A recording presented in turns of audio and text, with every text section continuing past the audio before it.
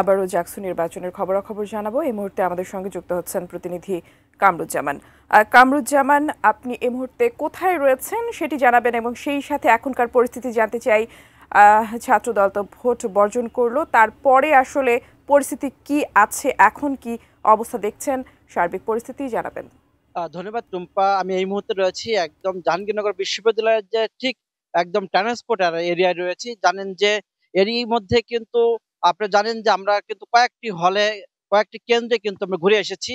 আমরা একটু আগেই কিন্তু আল বিরুনি হল থেকে আসলাম। আমরা ওখানে দেখেছি যে ওখানে মোট ভোট ছিল 210, সেখানে 153 ভোট কিন্তু কাস্ট হয়েছে। এরই মধ্যে ওখানকার রিটার্নিং অফিসার যারা আছে ওনারা কিন্তু ব্যালট বাক্স ওনারা সিলগালা করে কিন্তু সিনেট হলে গণনা করার জন্য নিয়ে আসবে। এটাই ছিল আমার বর্তমান আপডেট। এছাড়াও কিন্তু আমি বিচ্ছিন্ন ঘটনা আজকে যে এই জাহাঙ্গীরনগর বিশ্ববিদ্যালয়ের কিন্তু আজকে এই নির্বাচনকে ঘিরে কিন্তু আমরা দেখেছি যে বিচ্ছিন্ন অনেক ঘটনাই কিন্তু ঘটেছে। তার মধ্যে বিভিন্ন আপনি দেখেন ছাত্র দল আরো অনেকেই তারা বিভিন্ন রকম শিবিরেরও অনেক অভিযোগ রয়েছে। আমরা একটু কথা বলতে চাই যে এখানে আমরা একজন যে প্রার্থী তার সাথে কথা বলবো। আপনি একটু আপনার দল এবং আপনার পর্ষদ আপনি একটু জেনে একটু সবকিছু মিলে বলবেন আর কি আপনারা কি করতে চান এখন। আমরা ব্যাপক অভিযোগের কথা শুনেছি। আমি নিজে মেয়ে প্রার্থী হয়ে মেয়েদের হলগুলোতে পরিদর্শন করতে যেতে পারিনি, কিন্তু ছেলেদের হলগুলোতে আমি পরিদর্শন করেছি। এই যে শুরুর দিকে মেয়েদের হলের যে বাস্তবতা ছিল, আমরা দেখেছি যে শুরুর দিকে মেঘলা, যিনি আসলে ছাত্র শিবিরের প্যানেল থেকে লড়ছেন, উনি আসলে ভোট শুরু হওয়ার আগে ভোট কেন্দ্রে উনি অবস্থান করছিলেন। উনি যেখানে ভোট প্রদান করবে সেখানে উনি অবস্থান করছিলেন।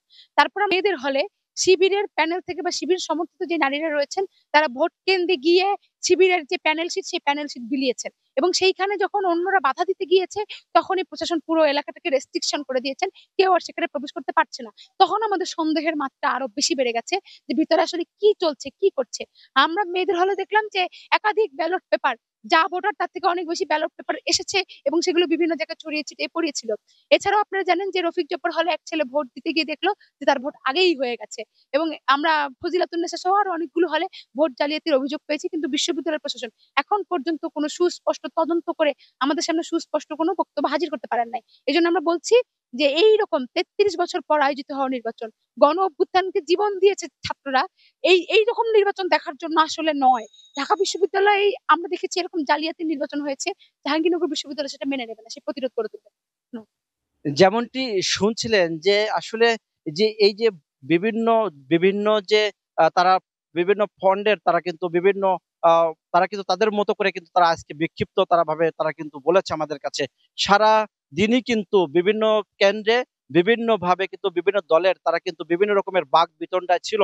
এই সবকিছু মিলিয়ে কিন্তু আসলে এই নির্বাচনকে ঘিরে আজকে কিন্তু আমরা সাধারণ ভোটাররা কিন্তু তারা উচ্ছ্বাস দেখিয়েছে, তারা আনন্দ পেয়েছে। এবং আমরা প্রশাসনের তো কথা বলেছি, তারা আমাদেরকে জানিয়েছে বিচ্ছিন্ন দু একটা ঘটনা ছাড়া কিন্তু ভোট কিন্তু ভালো হয়েছে বলে আমাদেরকে জানিয়েছে।